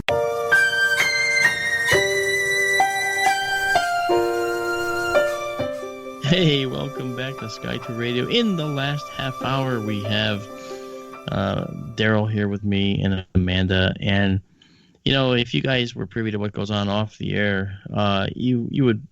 It's funny. I'm going to tell you something. I said to Bill, our producer, just as a joke, I said to Bill, should we take Ronald's call? And Ronald's laughing right now. I know he is. And he had not called. And Bill laughed, and then the phone rang. And, of course, it was Ronald. So I think that's kind of funny. See, this goes to – there's a lot of reasons why that could be, because he knew that the last half hour of the show, we're opening up lines. He wanted to be the first caller. I get that. But this is also possibly – again, for the moment he called, he didn't have to call right away, but he did. And that what that tells me is maybe this is that thing I told you about. You know, it's sort of like a quantum entanglement thing where I sensed that Ronald was reaching out, and then I thought, hey, should we take Ronald's call? And then he called. See, like that. This is sort of that kind of thing. It's kind of weird, but let's bring him on. Hey, Ronald, you're on the air. How you doing? Hey, Mark, and hello, Amanda, and hello to Daryl. Hi, Ronald. How are you? Okay, good. I got everyone this time. Yeah. Yes, you did. Oh, thank you, Mark, for the open lines. And, well, you know, I get a call every show that has open lines. You know that, right? Yeah, so I know, like I said, it's not such a big deal. I get it. And I haven't been able to call your show in a long time. Yeah. You know, I haven't been able to call your show in a while because you haven't had the live show or the open lines for a little bit. So, yeah. Anyway, I'm glad that you have it tonight, and here we are. So now, Let me ask you a question about, and I think we had this talk in person, actually. Let me ask this question about when you find that you're facing a situation that you cannot understand. How do you grasp that in your thinking? As a science guy, as Mark D'Antonio, the science guy, how do you grasp that answer? And this could be for all three of you. If you see something that's just unexplainable, do you just ignore it that it ever happened? Do you try to wrestle with it and get the answer? Or do you just accept it and say, okay, that's fine, that's the way it is? None of the above. I actually say, well, you know what? Ronald will explain it, and I run away screaming. No. That was purposeful dead air there. My answer to that is, my first thought is, okay, there has to be a logical element of this that I can understand. There may not be a takeaway that will explain what it is. But I look at the data. I look at it as data is what I do. And I try to decide what part of it we do understand. Okay, it's light. Okay, it's something that's in light, made of light. So this is an object that I see, and it's made of light. Okay, we understand the light. Now, is that light all visible light, or is there some infrared light there? Is there ultraviolet light? Well, we don't have that data. Okay, so we have to say, okay, it's a lit object. Maybe it has ultraviolet. Maybe it has infrared data. We don't know. Okay, you know, infrared way off in the red end of the spectrum, ultraviolet way off in the purple end of the spectrum. And then we say, well, you know, how bright is it? What's the intensity? Is that varying? So in other words, I'm making up a sighting in my head and figuring out, you know, how to explain this thing. Let's say it's dancing around the sky. Is it my eyes? Is it the autokinetic effect of my eyes? The autokinetic effect. And that's something where if you're trying to stare at an object in the sky intently, it might appear to dance around in the sky. I've had many people say, in fact, at the last MUFON boot camp where I was teaching astronomy during the evening, we were looking up in the sky and I had many people say, that object is flashing and it's moving all over the sky. But I was taking a photograph of it on time exposure, and we saw that it was flashing, but it was actually moving in an exact straight line. But the autokinetic effect made it appear to be dancing around the sky to everybody, including me. But I knew better because I was familiar with this effect. And when they showed them the image, they're like, no way. Is that the same object? Yeah. See, it was flashing at a certain rate, and that was because it was a tumbling rocket body from a satellite that went up there. And we finally identified the rocket body. But the bottom line here is that, if it's something we don't understand at all, then all we can do is take what we can take that is understandable and then say, this is all we know. Okay, we know that this is in the visible spectrum and it's yellowish. Okay, we don't know anything else about it. We don't know why it's moving across the sky. We know it's not the autokinetic effect, for instance. And I'm making up a sighting here in my head, just to give you an idea. So we know it's not that. But the bottom line for us would then be that we have to then figure it out. So I don't accept it and just accept it and move on. I will take that data as the baseline of a future investigation. See? Daryl, do you want to weigh in on this? And yes. Amanda, too? Sure. Amanda, would you like to go first? No, go ahead. Okay. Like Mark said, I will certainly keep and remember, and you try to understand a thing I don't understand. I take small bites. I start from what I know, and I move to what I do not know. Now, the definition of Occam's razor part of it is answer should be sought. The simplest of competing theories should be preferred to the more complex, or that explanations of unknown phenomena be sought first in terms of known quantities. Okay, that's about as succinctly as I can put it. Okay. Does that make any sense? Yeah. I mean, I'm. So you evaluate it from a scientific point of view, more or less, as well. Or a rational point of view, whatever you want to call it. Yes. I start with what I know, and I move to what I don't know. I take small bites along the way. Don't try to swallow it whole all at once. And again, the simplest explanation is the most likely explanation. And unknown quantities should be sought first in terms of unknown phenomena should be sought first in terms of known quantities. Right. I mean, I understand that, and that is a scientific method which is valid, proven for centuries to work with the things that work within our standard model of science, of course. For the things that don't work within our standard model, first thing we have to do is say these are not in our standard model, and we have to prove that. Okay. Now, to prove that, well, we would actually be able to say, how do we know something's not in our standard model? Okay, let's take one. Say someone sees an object in the sky, and it shimmers, turns rainbow colors, and then vanishes right in front of you.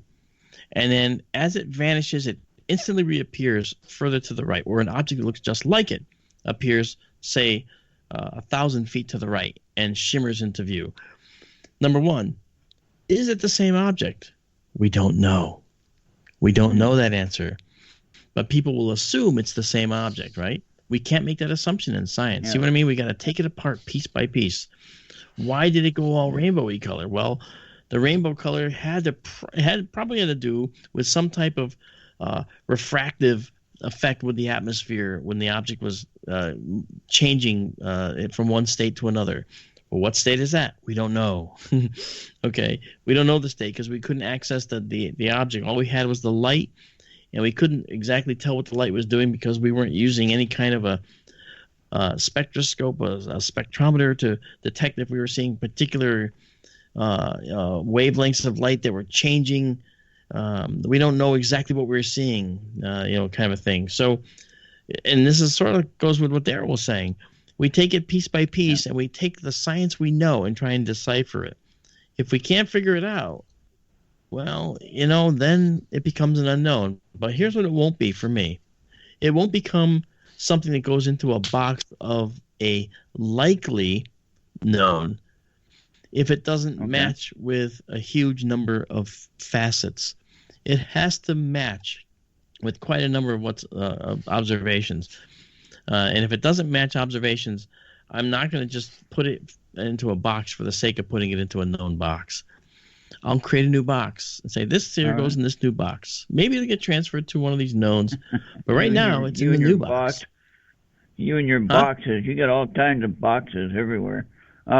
Isn't that true, though? But you have to, Ronald. And you have to have an infinite supply of boxes sometimes, probably. And right. With the universe, let me tell you, you're starting out in astronomy. You bought yourself a telescope, and you're going to create boxes you don't even know you have yet to try and understand some of these phenomena you may observe. And if you watch too many YouTube videos, you're going to feel like you'll never have enough boxes. That's right. Yeah. Because some of these people on YouTube are absolutely crazy. Yeah, some of them are, especially the flat Earth people. No offense towards anyone that's a real flat earther. But anyway. I'm okay offending flat earthers. I'm okay with that. Yeah. You can offend flat Earth people on this program, no problem. I give you permission. But I had to ask that question for Amanda though too, because I know she hasn't had very many unusual things, but she's had to have at least one in her life. I've never had any sightings or anything, but if I did, I would probably, again, like the guys, look for the most logical explanation, what I know, what the possibilities could be, and then I would probably go more skeptical than off-earthly. I would think, government or conspiracy or something. I would most likely jump to that conclusion rather than an alien. But again, I'd look for logical answers, and when in doubt, I would turn to guys like Daryl and Mark and try to do my own research, try to reach out to people that might have more insight into what it could be. Like when Mark was just making up that scenario, when he was saying something rainbow and shimmery, I was thinking probably like water in the sky or something refracting the light, right? I wasn't thinking, like, the very last thing I would ever possibly think is it must be a UFO. That tends to, you're right, and that tends to be the leap that people go to. Yeah. Now, is it the wrong leap? Well, no, not necessarily. It might be the right one under the right conditions. And I have my mind open to that very strong possibility that there is life elsewhere for sure, and that they might have made their way here, possibly. And possibly doesn't mean they are here. Possibly means perhaps. I've had experiences I can't explain. I had some type of implant removed from my sinus, and I don't know what it was. I do know that the doctor that took it out, this was that thing that happened to me over 3 nights, which I've told some folks. And Amanda knows this. Daryl's heard this and rolled his eyes probably at me going, oh, yeah, that thing. Okay. But the fact is, when you look at what happened, I can't explain it with my science. I can't explain why I heard a series of knocking on my roof 3 nights in a row. Bum, bum, bum, bum, bum, bum, bum, bum, bum. And then the first night I wake up and then just go back to bed. The second night I wake up and try to look out the window at it because it's up above. And my dogs, I lean over the dogs to look out the window in the summer night in August. I press my face against the screen to kind of careen my neck up to look, and I get a white flash in my vision, which makes me get like flash blindness. Like someone set off a flash bulb on the second floor of my house from the roof. Right, I remember you telling that before. Yeah. That's ridiculous. So I thought, okay, that was an internal medical thing. Something happened to me. I must have hit a nerve or whatever. And when I got my sight back, I went back to bed because, however, the dogs, they didn't sleep under that window again after that. That's a little detail that I sometimes say and sometimes don't remember to say. Something spooked them, and they ran away, and they weren't there when I got my vision back. Everything was quiet. There was no noise. And then the third night is when I woke up and I couldn't move. I couldn't move my eyes. My eyes were fixed forward and I could not move them. And that was really, really scary. And this thing was in the room. I saw it transit in front of the window. And it went in front of the window and I could see that it kind of occluded the window as it walked in front. And then it came up to me. And supposedly I was in bed. And it came up to me, and it was waving this translucent white wand-like thing under my nose. I couldn't see that directly. I had to only see it through my peripheral vision because I couldn't move my eyes. It would have been the easiest thing to just look at it. But I couldn't. And then the next thing I knew, it was morning. I woke up. There was blood on the pillow, and it was just horrible. And like I said, I did what anyone does who's had such an amazingly strange thing happen. I went to work and forgot about it. Obviously, that's not what happened. So many years from your childhood experience of missing time, right? Yeah, absolutely. This was just probably relatively recently compared to that. And then. Oh wow. Okay. Yeah, it was before 1998. Actually, it was like 1997. Do you think they're connected in any way? I don't know. I can't tell you. The missing time episode, and I don't know. Possible. Anyway, I'll let someone else call, and you got a few minutes left. Thank you very much for sharing your story, and thank you, Daryl. Thank you, Ronald. Great question. We'll see you next time. All right. See you next time. Thanks, Ronald. All right. Bye-bye. See, and even what you're saying, you have no reason to lie to anybody. Like, something obviously happened to you. Whether it's, alien in nature, whether, I mean, you yourself can't explain it. There must be an explanation somewhere, obviously, just because we don't have it. But, yeah, I have no reason not to believe what you're telling me. Something happened to you. That's what I mean. Not everyone can be lying. Some of it, sure. Some people are definitely in it for fame and money and whatever, but and we talked about Travis Walton earlier. Why, he got a lot of ridicule. He got, Yeah. He doesn't really do many public events now, I thought, because of that. The attention was just too much for him, and a lot of it was negative, and a lot of people didn't know what to make of it, but and he attracted a lot of why do that to yourself? Yeah. Why do that to yourself, And like I said, and this is not meant to be any kind of weird statement here. I'm not patting myself on the back, but people knew who I was before any of this. I didn't have to do this to get any kind of attention. People knew what I was doing. I have a good company that I run. I have my observatory. I have a lot of things that are fulfilling. The reason I'm sharing these things and telling these things has nothing to do with anything other than I want answers. I want answers. I feel violated, actually. I feel violated by that thing that shoved something up my sinus, and when it was removed, the doctor said to me, that's the biggest thing he's ever seen shoved up someone's nose. It was the size of two of my thumbs, and two of my thumbs stacked together. They came out of that little hole in my nose and the nostril. And it reminded me, like I said before, Arnold Schwarzenegger in Total Recall, when he's pulling that big ball out of his sinus. He pulls this thing out. That's what it reminded me of. So I stuck a Rice Krispie up my nose once. Does that count? I'm sorry. The visual was just overpowering. Yeah. Sorry. No, it's fine. When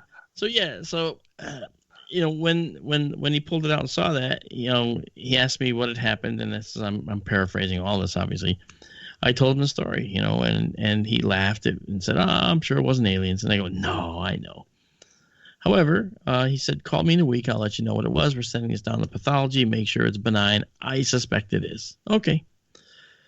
A week later, I call, and he actually came on the phone. Now, when do you call a doctor? And he, the receptionist says, oh, hang on, The doctor has to talk to you. Only when it's bad news, right? So I was thinking, oh, great, my head's going to fall off. I have some head rotting disease or something. And so he gets on the phone and says, no, it's certainly probably was benign, he says. Now, the word benign is good, but the word probably didn't sound too, it didn't settle well with me.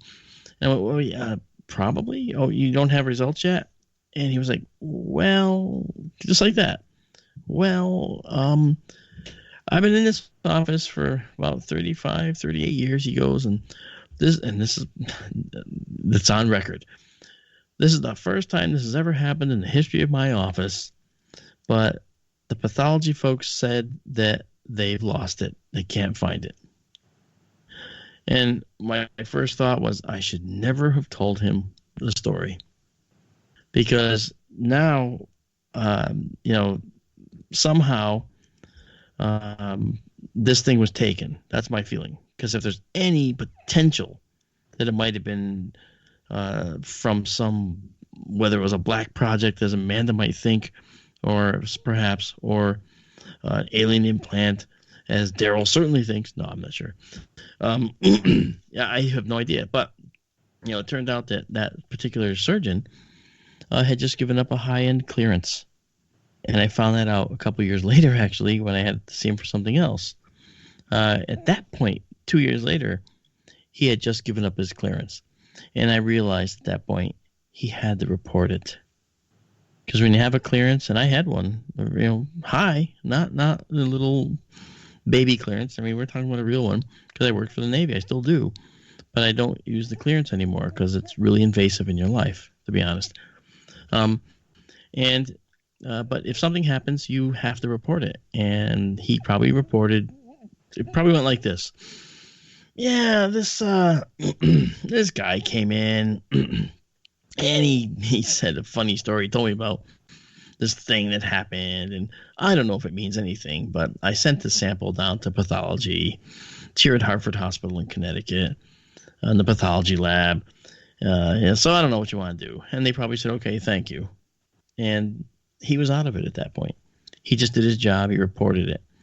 Well, it's possible that if there was some type of credence, or even if not, if there's a suspicion that something like this is going on with people, they would have come get it. They would have come taken it. Not to hide it, but because they want to, hoard this technology and see if they can figure out what the heck it is, And yes, there's some hoarding going on, I agree, but still, if you think about it, we're all humans, and I think that we're subject to scrutiny by advanced beings, perhaps. And if that's the case, they have to use these clandestine methods, that is, to tag us, because they can't just put a big radio collar around our neck. Hey, Daryl, what's that? Well, I don't know. Just showed up last night. Oh, okay. Hey, let's go get some beef jerky. There's no hiding that from us humans. We are actually a clever species. In Slap into a Slim Jim. I'm sorry. You were asking for that one. Clever, except for Daryl. Yeah. So yeah. So they'd have to use clandestine means to do these types of things and work on us. And they maybe other people have investigated cattle mutilations. Maybe some of them are indeed, bugs that are just eating them, the decay process. But some of them seem odd. And so perhaps there is something to that. Jury's out for me on that. I don't really see any of that proof at all. But maybe I can be swayed. If you have any questions for us, you want no answers to anything, or you want to offer us a story, you can write us at skytourradio@kgraradio.com. I'm all ears, and so is Amanda, and so is Daryl. Now, Daryl, do you have any final comments? Amanda, do you have any final comments? Slap into a Slim Jim. Yeah, we got that. I'm sorry. I like shows like this. I mean, I like the science behind all of the things in the universe as well, and helps me understand things going on around us. But sometimes, even if we don't have a definitive answer, I like shows where we can just discuss things openly and theorize. And yeah, I enjoy shows like that. Yeah, I hope everyone else did too.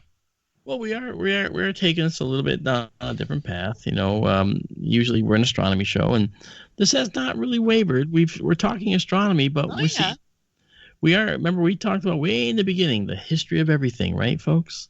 The history of everything, and it's something Amanda actually, I think you coined that phrase, the history of everything. Yeah, and I really liked it a lot, and I think that. As part of the history of everything, we have to look at the future history that could be as well. So I'm looking at what happened here. I'm looking at our development. I'm looking at all the extinction events that made us exactly what we are, and looking at the fact that there's creatures out there possibly that developed very differently from us through either different evolution on their planet or different planets around different stars that enforce different environmental constraints that cause them to look like they do, potentially.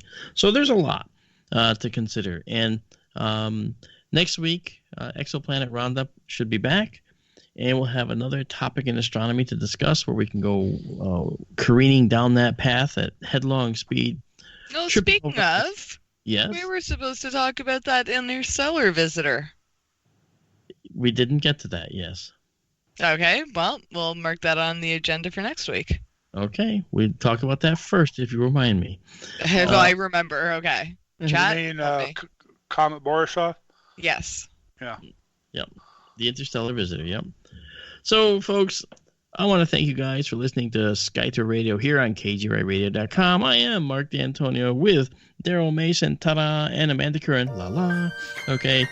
And we all wish you adieu for the evening. And don't forget, folks, when you're traveling out in your vehicles, don't look up. That's what Amanda will tell you. But I didn't mean to steal that on you now. But there is one thing that I will say. And Amanda, you can say what I always say. Go for it. Keep looking up. You got it. Thanks, folks. You have a good evening. Good night.